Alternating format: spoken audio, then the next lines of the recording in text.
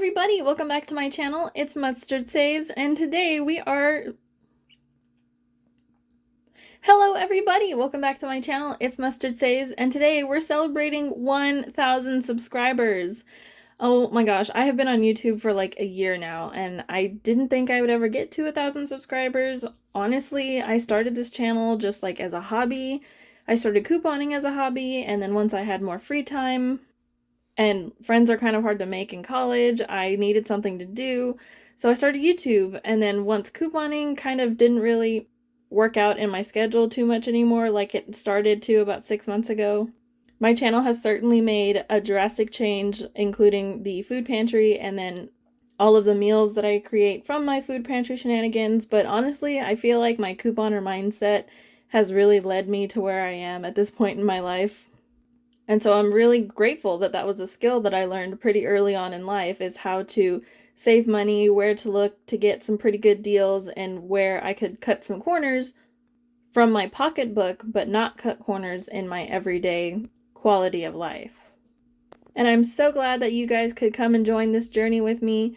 And to thank you, I decided to put up a poll to see what you guys would like to see me do for the 1,000 subscriber special, because I wouldn't have any subscribers without you guys returning back to my channel. And by popular demand, the Wheel of Fortune ingredient challenge won. However, afterwards, I realized I didn't have any way to actually spin a wheel and do that whole wheel aspect. So instead, what I have done is I wrote up a list, and then I printed out a list of ingredients. And if my sister sees this video, she's gonna have an absolute cow, because she'll take one look at this font and ask me why the heck I went with this one. And for any of you asking why I chose this font, is because it's my channel, and I would like to believe that you guys kind of stick around for just my own sense of humor, and I never, ever have a reason to use the chiller font. So I was like, yes, I have a reason to use it, because all I need to be able to do is read it, so the way the word looks doesn't necessarily matter. So I hope you don't mind that I use the chiller font. But what I'm going to do with these is, I cannot afford to just go all hands in and just pick whatever ingredients and see what I can make out of this. I have to be able to live with and eat whatever comes out of this. So to give myself a fighting chance, I have split this list up between a protein, a starch, and then all the other ingredients. And what I'm going to do is I'm going to pick one protein, one starch, and then 3 of these other ingredients, and pray that I can make something out of them. And I do want to treat this a little bit like Chopped, where I have to use everything in the basket, but I am giving myself free reign over the entire kitchen. So at the bare minimum, I have to use all 5 ingredients that I pull from this list, and then anything else will just be whatever I need to add it together. And as you can see, there's a few blank spaces. I left those in case I thought of something that I could add later. And then I went through my kitchen one more time, and I did find 3 ingredients that I hadn't thought of when I printed the list, and I didn't want to print it out again. So I'm gonna go ahead and take my pair of scissors, get these all chopped up, and then split it between their appropriate bowls, and we'll see what we get saddled with for today's meal. While I was cutting these up, I was having my own little monologue to talk to you guys, but honestly, after listening back to it, I have no idea where I was going with the story. So here we are again with voiceover Mustard Lady.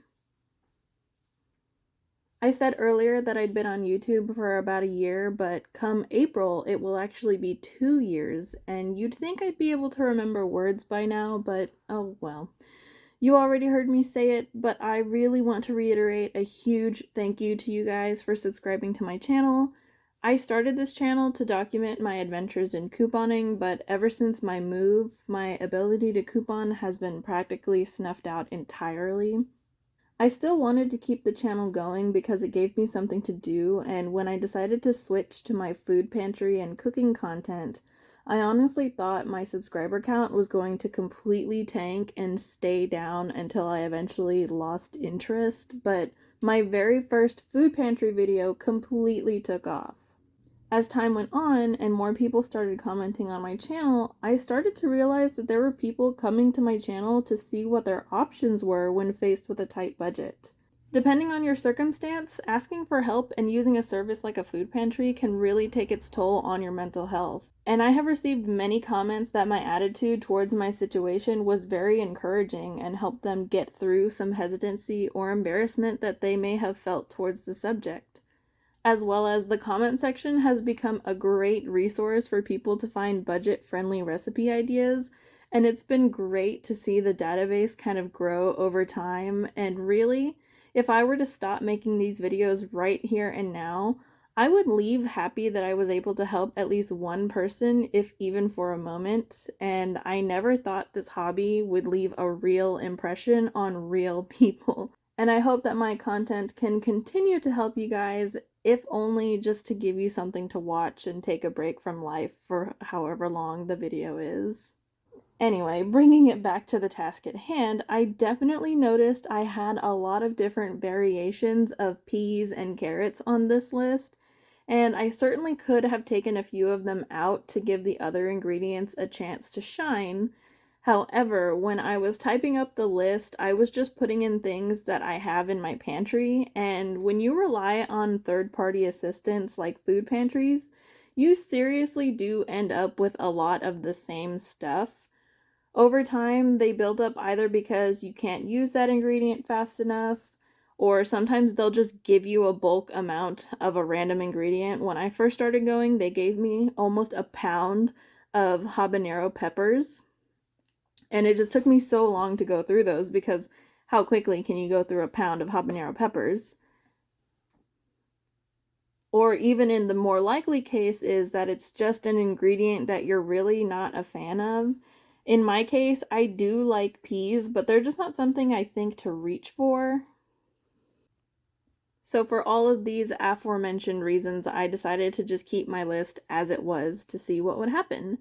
And to be honest, my first round of ingredients were way too easy, so I decided to go ahead and pull another set to make a second meal, and I was much happier with the loose randomness of it. The odds were definitely stacked against me on drawing peas on both of these, but it is what it is, and realistically, I have a ton of peas in my pantry, so this is definitely going to continue helping me to make a dent in that collection. For this first meal, I was really tempted to do my usual Spanish rice and beans and just toss in the peas and call it a day, but it's something I make in my real life every other week, so I thought I'd give you guys something more interesting to think about. I did decide to just use this bag of frozen peas and carrots for both meals. There's no way I was going to finish the whole bag in one go, and I didn't want an open bag floating around the freezer or half a can of peas floating around in my refrigerator, because that's definitely led to me throwing away peas before that I haven't finished. So I hope you can forgive this little change, but I mean, technically, they're still the same ingredients, just a different form. So to get my salad started, I didn't want the peas and carrots to cook at all, but I did want them to thaw, so when my beans were done cooking, I let them cool for a bit and then tossed my frozen veggies in to bring everyone to a uniform temperature without having to wait. While our bowl of fruits had a chance to get to know each other, I diced up some bell pepper and tossed in about half a can of corn. And for my dressing, I had this jar of homemade balsamic vinaigrette in the fridge, and some cumin sounded pretty good too, so I tossed that in. Once I had all the more hearty ingredients mixed up, I added my rice in last because I didn't want to mush it by over mixing. And I didn't have any limes on hand, so to give the salad some citrus and spice, I tossed in a bunch of tahini. And I have no idea where this little bottle came from because we usually keep the full size in our pantry, but I will certainly be keeping it for travel purposes. From here, I kind of just kept going back and forth, adding in more seasoning until I was happy with the taste, but if I were to do this again, I would have opted for lime juice instead of balsamic vinegar and way less honey than was in the original dressing. Some cilantro and red onion would have been amazing too, but I didn't have any cilantro and my partner isn't a fan of raw onion, so that's usually something I have to add to the side anyway. And overall, I would rate this salad a 7.5 out of 10, but now that I've tried it, I could see myself doing this again in the summer to have something cold and filling during hot and humid days.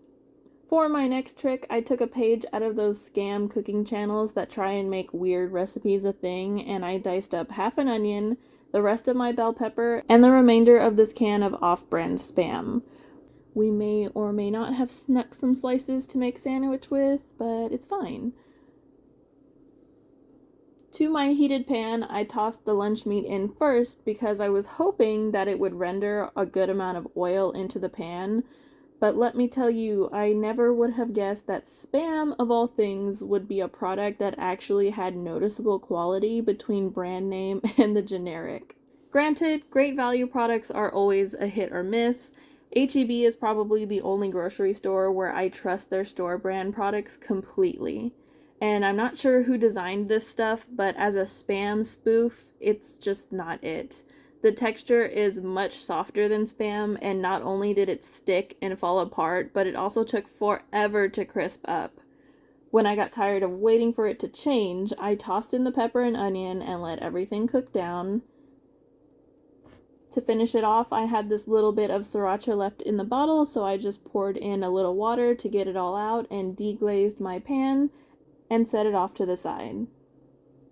While it was cooling, I rifled through my pantry and found this box of corn muffin mix that was gifted to me from my local food pantry. I also had Jiffy cornbread, but the box was a bit smaller than what I was looking for, as well as Jiffy cornbread leans to the sweeter side, and I was hoping that this box was a little more savory. I mixed up the cornbread based on the package directions and added in the Spam and veggies. Out of everything that I made today, these cornbread muffins were 100% my absolute favorite. I love cornbread just by itself on its own, and so when you add just extra flavors of things that are also delicious, it just elevates it and takes it to the next level. I did find that this cornbread was a little more crumbly when I was eating it. I don't know if that was the original box mix because I've never had this one before, or if it was from all of the ingredients that I added, but I mean, nonetheless, it was delicious.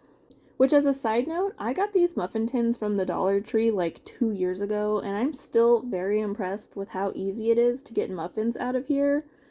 But even when I spray the pan, cornbread does tend to stick a bit and needs a bit of patience and a knife to come out clean. And to go with my cornbread muffins, I decided to make some stewed pinto beans and peas. At first I wanted to make ranchero style beans, but I didn't want to thaw a whole pack of bacon just to use like 4 slices of it, so I decided to settle for my trash style of eating and use some hot dogs.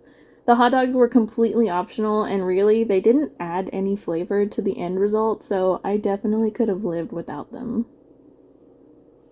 If I had had any more onion, I would have liked to add it here as well. I probably should have only used about half the onion from the cornbread and then used the rest of it here.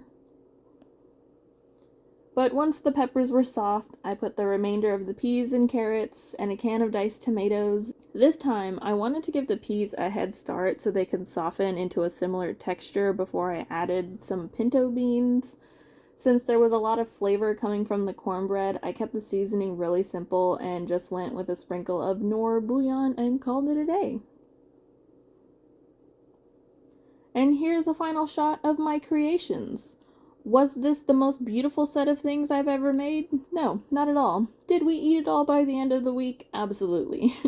I'm sorry that it took me so long to get this video out to y'all, but I hope you enjoyed it nonetheless. And for the last time today, I want to reiterate my thanks to you guys for watching. I probably would have fizzled out on this platform and stayed in my own sad little bubble if you hadn't come along, and I'm really looking forward to hanging out with you guys more in the future. And you know, as I'm recording this, I think we've reached a point in our relationship where I would like to start taking requests from you guys for what styles of videos you have enjoyed seeing me post. I have tried a couple different ones, and I'm not really sure if it's just the way I recorded it or if it's the topic itself that makes some videos do better than others. But if you have any specific requests of types of videos that I might be able to put out for you guys, or if there are other videos that I've already put out that you'd like to see more of, please definitely let me know down in the comments and I will see what I can do on my limited budget. I definitely know I'm not the only passenger on our lovely struggle bus, so it would be so great to hear from you guys. And without anything left to say, I hope you have a wonderful rest of your day or night, and I'll see you guys in the next one. Goodbye!